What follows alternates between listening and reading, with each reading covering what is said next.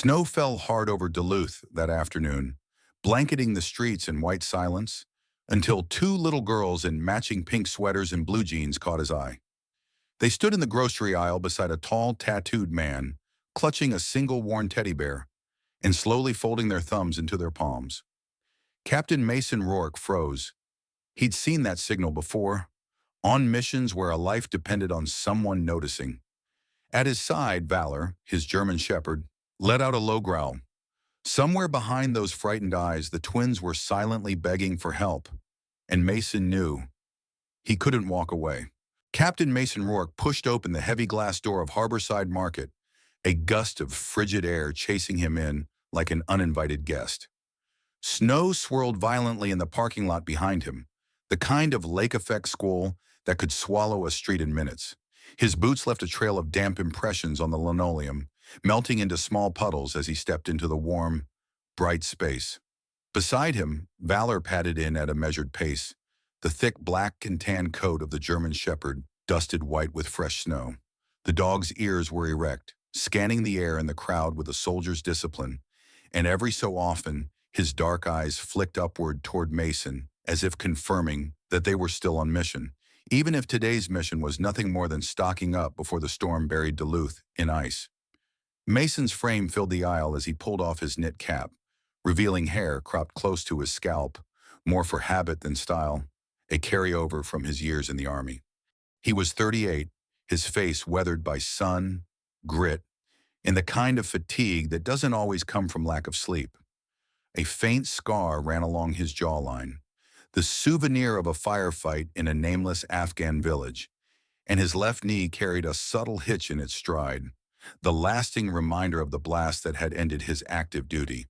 But there was still a watchfulness in him, a readiness that never left, the instinct of a man who had learned to see what others missed. He had intended to keep this errand quick grab, coffee, dried goods, some jerky for the road, and get back to the cabin before the weather turned lethal.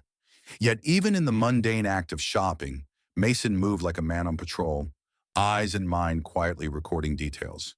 A kid tugging at his mother's sleeve in produce, a man studying the labels in the soup aisle, the exact number of steps between the back exit and the loading dock.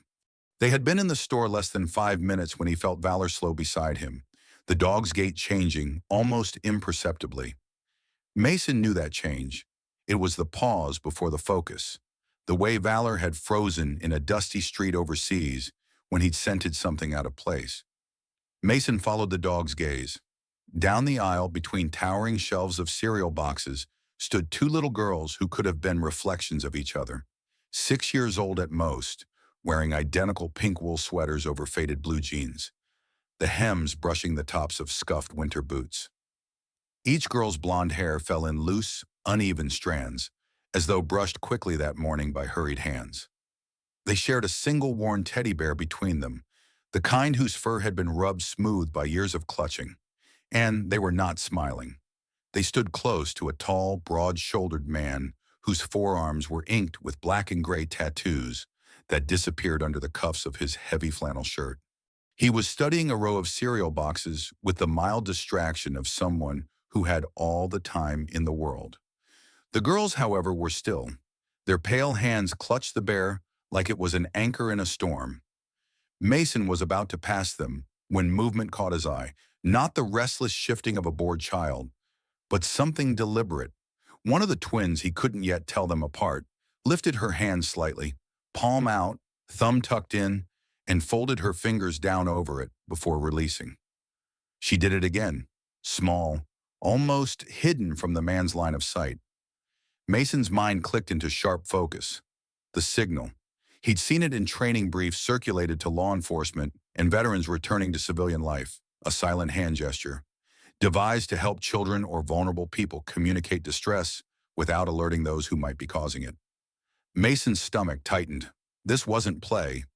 The man beside them remained oblivious, still comparing brands as if nothing in the world could interrupt his grocery list. But the girl's eyes there was a quiet, desperate hope in them, the kind you only see when someone has thrown a bottle into the ocean and is praying it will wash up at the right feet. Valor let out a sound that was neither a bark nor a whine, A low rumble deep in his chest. Mason's hand dropped lightly to the dog's neck, the silent cue to hold position. He reached for a box of coffee on the shelf in front of him, pretending to study it while his peripheral vision stayed locked on the twins. His thoughts flickered back to the Afghan village, years ago, when a group of local children had swarmed around him and Valor. Among them had been a girl with dark eyes who hadn't said a word, but had clung to Valor's side. Later they learned she'd been taken from her family, hidden by insurgents, and it was Valor's reaction to her, an instinctive protectiveness, that had led them to uncover the truth. That mission had ended with the girl safe, but the memory had never left him. The way children could speak without speaking, and how easy it was to miss the message. The market's front doors opened with a chime, and another draft of icy air rolled in. Mason adjusted his stance, letting the man and the twins come into sharper view. One of the girls, Hazel or Harlow, he'd later learn, tightened her hold on the teddy bear as the man placed a hand on her shoulder. Instantly, her chin dropped, her shoulders curling in as if to disappear. The gesture was nothing aggressive on the surface. To a casual observer, it was the touch of a guardian guiding a child toward the register. But Mason had seen body language stripped down to its truth in places where trust was a luxury. He knew submission when he saw it, and fear when it was trying not to be fear. He slid his basket into his other hand, falling into step at an angle where he could track them without drawing attention. Valor moved fluidly at his side, tail low but eyes sharp. Mason wasn't going to intervene, not yet, not without cause he could stand on if questioned later, but he would not let them vanish into the blizzard without knowing more. The checkout lines were short, most customers eager to get home before the roads iced over. Mason positioned himself 2 aisles over, pretending to browse a rack of discount gloves. From here, he could see the girls' faces more clearly, the flushed pink of skin chilled from outside, the faint dark smudges beneath their eyes, the way their gazes kept flitting, not at the candy or magazines near the register, but toward the front doors, scanning, searching. The cashier, a young woman with a red-knit headband, smiled and said something Mason couldn't hear. One of the twins' faces lit briefly, a fleeting spark of joy, until the man's hand pressed lightly against her back. The light died as quickly as it had come. "She's shy," Mason could just make out from the man's lips, the tone smooth, practiced. Mason let his eyes drop to Valor, who was watching intently, the same way he used to track movements on patrol patient, unblinking, waiting for the cue. Outside, the snow was coming down harder, flakes swirling past the wide front windows in erratic gusts. The automatic doors sighed open and closed in a steady rhythm, releasing brief bursts of frigid air into the warmth. Mason knew they had only moments before the trio would be out of sight in the white haze beyond the parking lot. He had come here for coffee and jerky. Now, without entirely meaning to, he was preparing for something else entirely. The moment the automatic doors sighed open, a blast of cold air slapped Mason full in the face.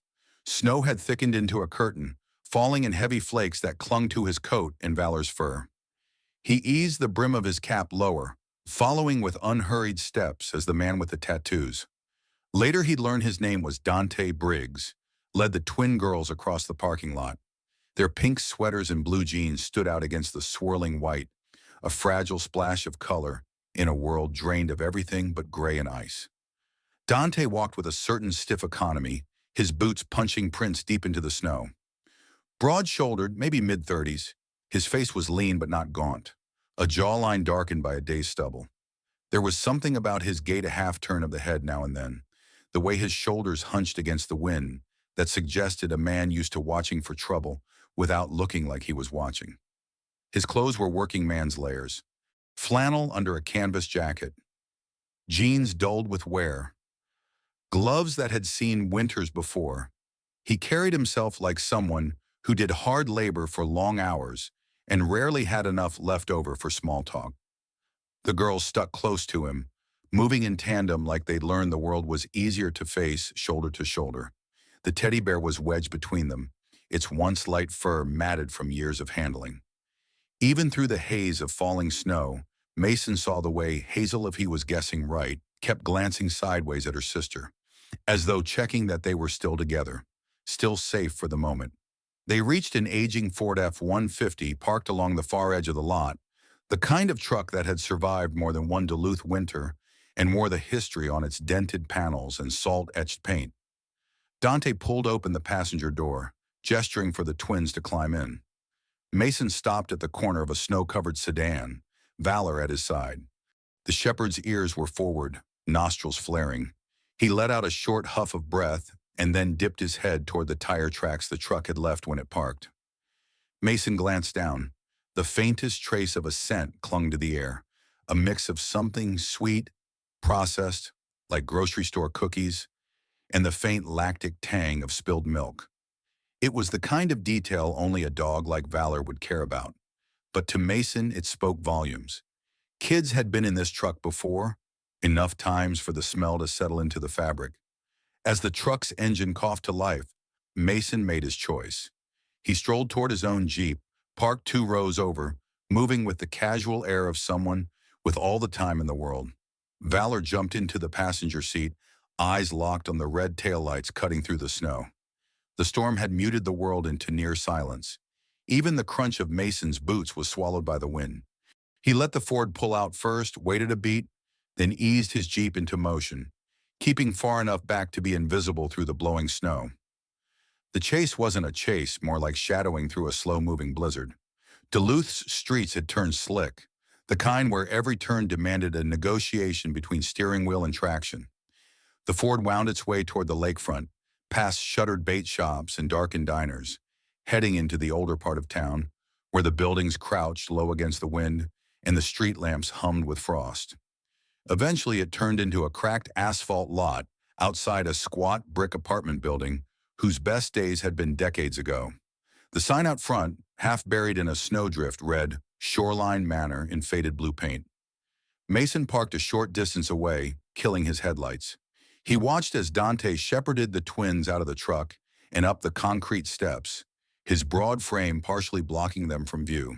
One girl stumbled slightly on the ice and Dante steadied her without breaking stride. Then they were gone, swallowed by the metal door that clanged shut behind them. Mason stayed where he was for a long moment, the engine ticking softly in the cold.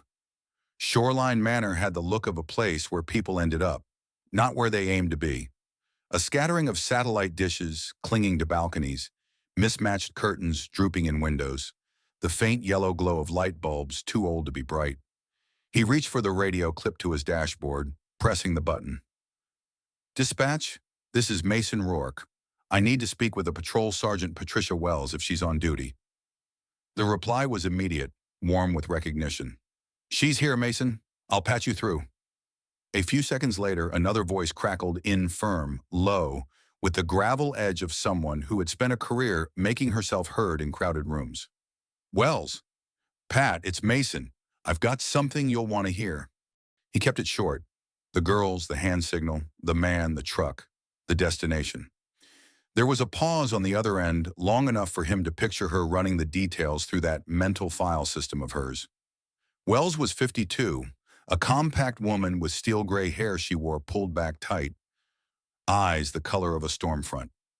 She'd come up through the ranks in a time when she had to be twice as sharp to be taken half as seriously, and it had left her with little patience for speculation without evidence.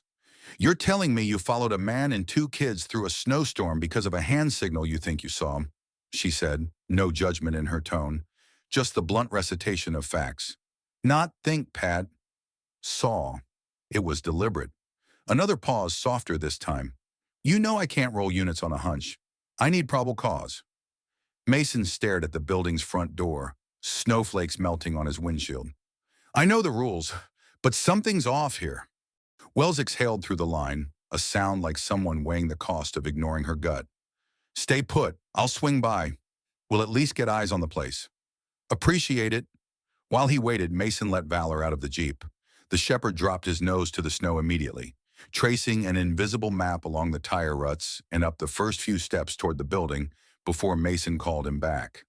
The dog's breath puffed in steady clouds, his tail low but wagging slowly, a signal Mason recognized as curiosity without threat. The same posture he'd shown on patrol when something smelled unfamiliar, but not yet dangerous. The wind shifted, carrying with it the faint hum of a television from an upstairs window and the metallic scent of radiator heat. Mason leaned against the Jeep, hands deep in his coat pockets. He thought about the cabin waiting for him on the edge of town, the wood stove cold, the kitchen stocked for one.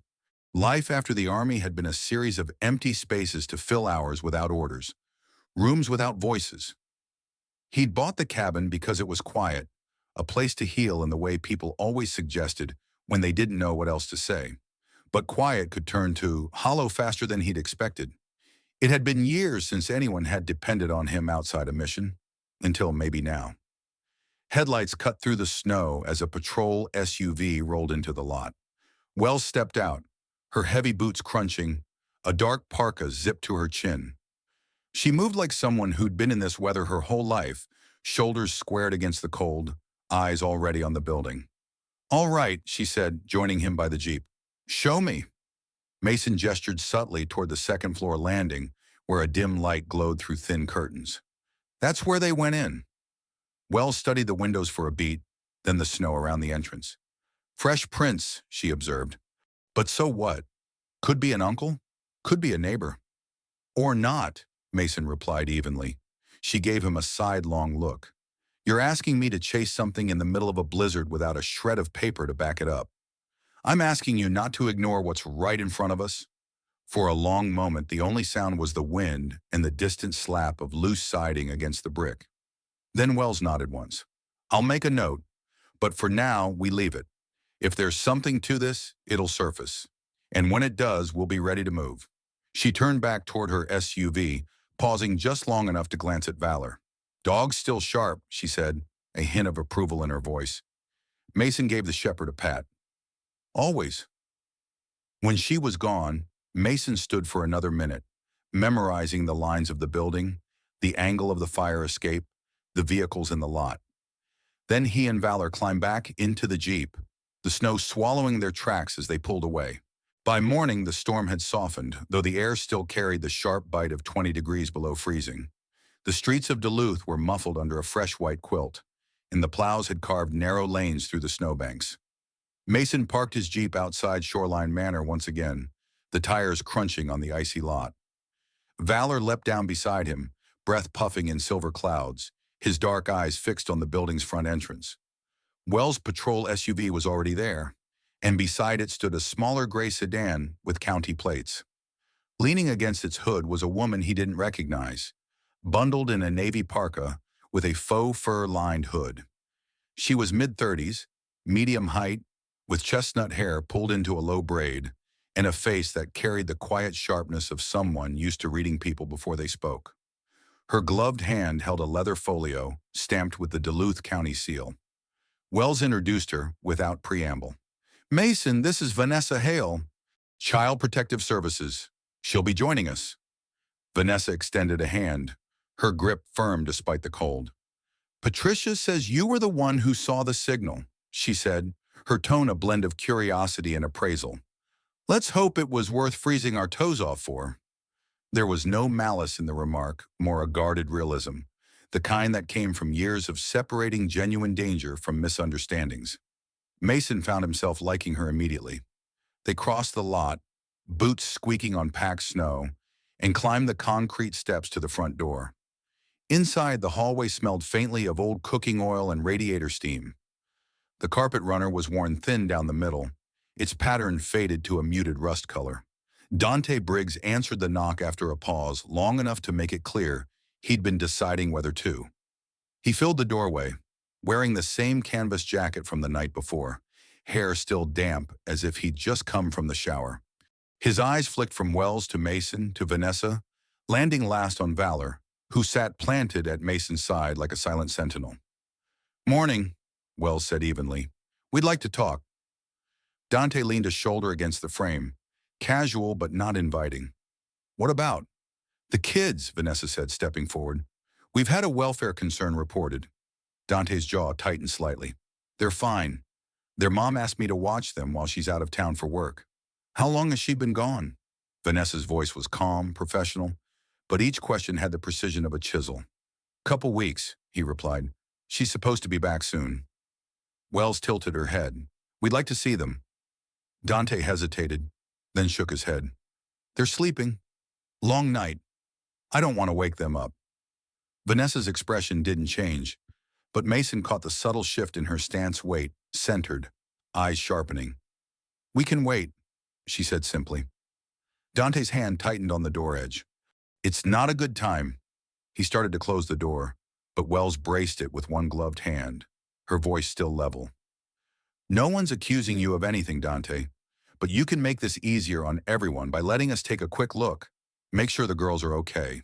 His eyes flickered irritation, maybe fear. But he stepped back just enough to end the physical standoff. I said, not now. The door closed with a solid click. In the hall, Vanessa blew out a slow breath. We'll need more than a gut feeling if we want a warrant. I'll get you more, Mason said. They descended to the lot, the cold hitting harder after the hallway's stuffy heat. Valor padded ahead to the Jeep, but then paused at the building's side entrance. He sat abruptly, ears pricked, nose tilted toward the air, like he was catching a sound or scent inside. Mason crouched beside him, following his gaze toward a dim window above. A flicker of movement passed behind thin curtains, a child-height silhouette, still for a moment before stepping away. Mason's chest tightened. He gave Valor a quiet pat and straightened. I'm going to talk to the neighbors, he said to Wells. Be quick, she replied, glancing at her watch.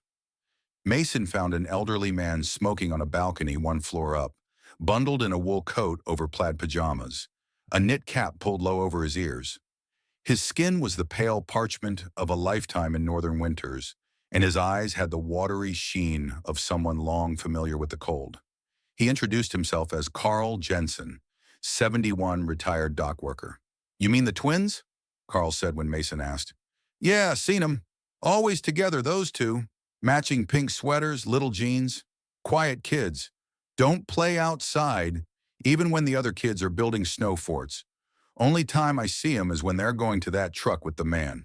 How long have they been here? Couple weeks, maybe 3. Ain't like I'm counting. They don't talk much. Just keep their heads down. He tapped ash into a snow-filled coffee can. Kids that age should be laughing, running around. These two, they're like shadows. Mason thanked him and headed back down, the old man's words threading into his unease. At the Jeep, Vanessa was tapping on a tablet, her brow furrowed. Nothing, she said without looking up. No school records, no medical files for any Harlow or Hazel in Duluth County. If they're enrolled anywhere, it's not here. Wells pulled her gloves tighter. That's something. Not enough, but something. Mason glanced up at the second-floor window again. The curtain was still. Valor hopped into the Jeep's back seat, his eyes fixed on the door as if waiting for it to open again. Mason knew that look. He'd seen it when Valor had been tracking a missing child through a bombed-out alley, pausing at every shadow like he could will her to appear. That had ended in rescue. Whether this would... He didn't know yet. But the thread was there now, stretched taut. All they needed was the right pull. 2 days later, the weather had cleared enough for the roads to glisten under a pale winter sun, but the air still bit like sharpened steel. Shoreline Manor stood hunched against the cold, its brick walls frosted with ice at the corners. Mason pulled into the lot behind Wells' SUV and Vanessa's gray sedan. He'd been awake before dawn, his mind turning over the same image, the flicker of a child's silhouette at the window, the way it vanished like a whisper swallowed by the dark. Today they had what they hadn't before, a signed welfare check order from the county judge. No more knocking and being turned away. Vanessa stepped out of her car with a clipboard tucked under one arm, wearing a heavier coat than last time, fur hood framing her determined face. Wells joined them, zipping her parka, eyes scanning the balconies. Let's keep it civil but firm, Wells said. We're here to see the kids and verify their safety. Nothing more, unless we have reason to escalate. Supper. Mason adjusted Valor's lead. The dog was alert, nose twitching at the scents drifting from the building, the faint smoke of burnt toast, the metallic tang of the hallway radiators. They climbed the stairs to Dante's apartment. Wells knocked, her gloved hand rapping with the rhythm of someone who could knock all day without tiring. Footsteps approached from inside. Then the door swung open to reveal Dante, wearing a dark hoodie and jeans. His eyes flickered at the sight of the three of them, narrowing slightly when they fell on Valor. "We've got an order to check on the children," Vanessa said, holding up the document so he could see. Dante's jaw tightened. "They're fine." "Then you won't mind if we take a look," Wells said, her voice level but brooking no argument. For a beat, it seemed like he might refuse anyway, but then he stepped back and let them in. The apartment was warmer than Mason expected, though it carried the slightly stale air of a space that hadn't been aired out in weeks. The blinds were half closed, letting in slivers of white light. Toys were scattered in a corner plastic blocks, a coloring book with frayed edges, but the rest of the living room was orderly, almost too much so. A beige couch faced a muted television, and there, just beyond it, were the twins. Harlow and Hazel sat close together on a plaid blanket spread across the floor, each wearing their pink sweaters and blue jeans, knees touching. The gossamer threads of their blonde hair caught the dim light, and in their shared lap rested the same worn teddy bear. Its stitched smile faded. When Valor entered, their eyes lit, not with the wild excitement children sometimes have for dogs, but with a quiet relief, as if the presence of this animal was a promise of safety they could finally believe. Valor's gait slowed as he approached them. He lowered his head until he was at their level, tail giving a small, cautious wag. Hazel reached out first, her small fingers curling into the thick fur around his neck. Harlow followed, resting her forehead briefly against Valor's head. Mason watched the dog's posture change, subtle but unmistakable shifting into that quiet guard stance he'd seen in combat zones, where his body became a barrier as much as a companion. Vanessa crouched nearby, keeping her tone light. "How are you girls doing?" Hazel's eyes darted toward Dante, who stood in the doorway to the kitchen, arms folded. "We're okay," she said softly. Harlow didn't speak, her fingers tightening on the teddy bear's ear. Vanessa smiled gently. "Do you know when your mom's coming back?" A pause. Hazel's gaze dropped to the bear. "She had to go away because of the man who makes her cry." Mason felt the words like a weight settling in his chest. He glanced at Wells, who was jotting something in her small notebook without breaking stride. Dante's face didn't change, but his jaw moved slightly, like he was grinding his teeth. "She didn't tell us when," Hazel added. Mason stepped closer, keeping his voice quiet. "You girls have been really brave." Harlow looked up at him then, and for an instant Mason was back in a crumbling Afghan alley, staring into the eyes of another girl, maybe 7 years old, who had clung to Valor like he was the only safe thing in the world. The same guarded hope, the same flicker of trust struggling to grow in the shadow of fear. Valor shifted, lying down between the twins and Dante without instruction, his body angled so that his broad chest faced the man, head resting on his paws but eyes alert. Dante made a sound in his throat, a half scoff, half grumble, but didn't move forward. Vanessa continued with a few more gentle questions, careful not to push too hard, then rose to her feet. "Thank you for letting us see them," she said, her tone neutral but edged with professional weight. "We'll be in touch." As they left, Mason felt the girl's eyes on his back. He glanced over his shoulder once and caught Harlow watching him through the narrow gap between Valor's body and Dante's legs. She gave the faintest nod, almost imperceptible, before Dante closed the door. Out in the cold again, Wells pulled her parka hood up. "We've got enough to justify keeping this open, but if the mother's in trouble too, we're going to have to find her fast." Vanessa exhaled, her breath misting in the air. "I'll start running names and checking shelters. If she's hiding from someone, she might have left a trail without meaning to." Mason looked down at Valor, who was staring back at the apartment door as though expecting to be called inside again.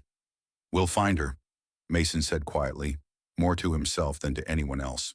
The call came early in the morning, when the winter sky over Duluth was still the color of steel, and the wind was biting hard enough to cut through Mason's coat. Vanessa's voice on the other end carried the kind of restrained excitement that came from good news tempered by the urgency to act. "We found her," she said. "Tasha Monroe. She's at the Lakeshore Women's Shelter 2 towns over. She's safe for now, but she's scared, and she wants to see her girls." By the time Mason and Valor reached the shelter, Wells was already there, standing in the parking lot with her hands buried deep in her parka pockets. The shelter itself was a modest two-story building, painted pale yellow, its windows glowing against the frozen backdrop. Inside, the air was warm and carried the faint scent of coffee and laundry soap. Tasha Monroe rose from a chair in the common area when they entered. She was in her late 20s, tall and slender, her light brown hair pulled back in a loose ponytail. Her face was pale but strong-boned, framed by the kind of natural beauty dulled by weeks of stress and too little rest. Her eyes, hazel, like her daughter's name, held both relief and wariness. She clutched the ends of a wool scarf, twisting them between her fingers as though it gave her something solid to hold on to. Vanessa introduced them, her voice gentle. Tasha, this is Captain Mason Rourke. He's the one who first saw the girls. Tasha stepped forward, her grip on Mason's hand surprisingly firm. Thank you, she said, and her voice caught slightly on the words. I didn't know if I'd ever. She trailed off, looking away, swallowing the rest. In the shelter's small conference room, Tasha told her story. She had met Marcus, the man who makes her cry, as Hazel had called him 2 years ago. At first, he had been charming, generous, but that charm had eroded into control, then intimidation, and finally into the kind of rage that made her fear for her safety and the girls. 3 weeks ago, she'd taken them to Dante, a co-worker she trusted, telling him it would be for just a few days while she found a way out. But Marcus had shown up at her old apartment sooner than expected, and she'd fled to the shelter alone, thinking it was the only way to keep the girls off his radar until she could arrange something safer. Mason listened, saying little, though inside he felt the same mix of anger and grim recognition he'd felt hearing other stories of civilians in conflict zones, ordinary people trapped in battles they never chose. Wells laid out the plan. They would bring the girls to the shelter under the cover of heavy snowfall, minimizing the chance of anyone noticing.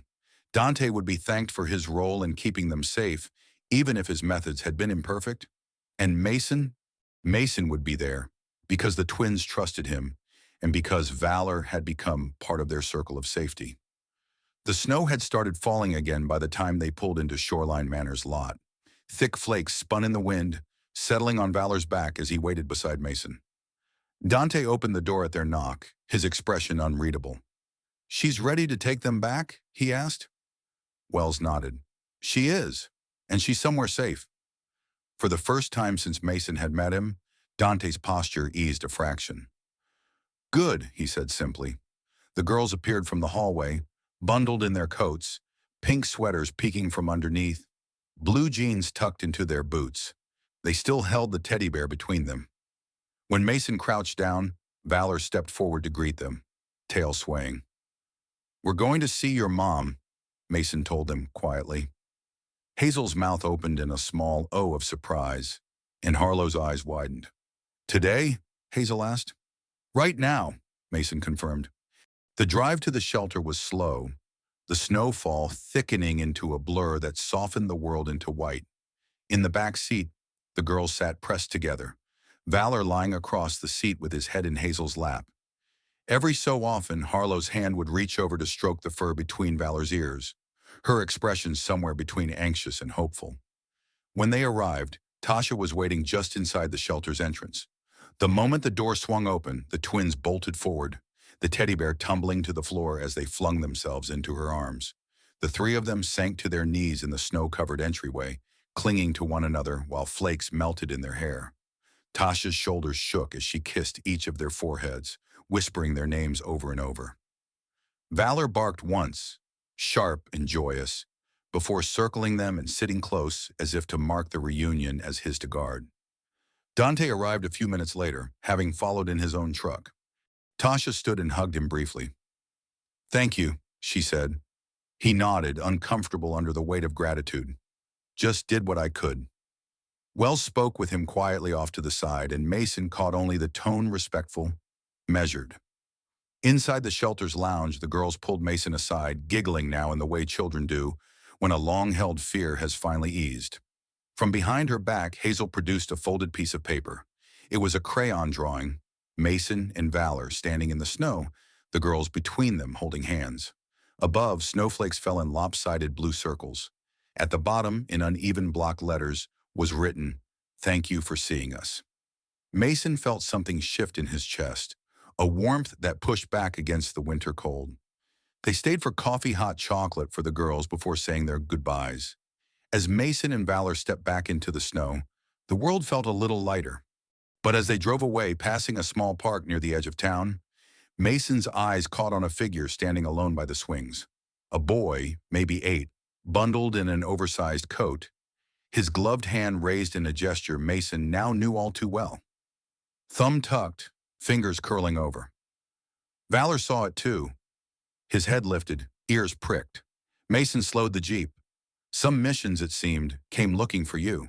Sometimes the smallest signals carry the loudest cries for help. A glance, a gesture, a moment of courage can change the course of a life. Mason and Valor knew that Day in the Snow was more than coincidence. It was a reminder that we all share the power to notice, to step in, and to protect the vulnerable when they cannot protect themselves. If this story moved you, share your thoughts in the comments. Have you ever been in a moment where you felt called to act for someone in need? Your words might inspire someone else to pay closer attention. If you believe in standing up for what is right, tap like and follow this channel for more stories of courage, compassion, and hope. Together, we can keep these voices from being lost in the snow.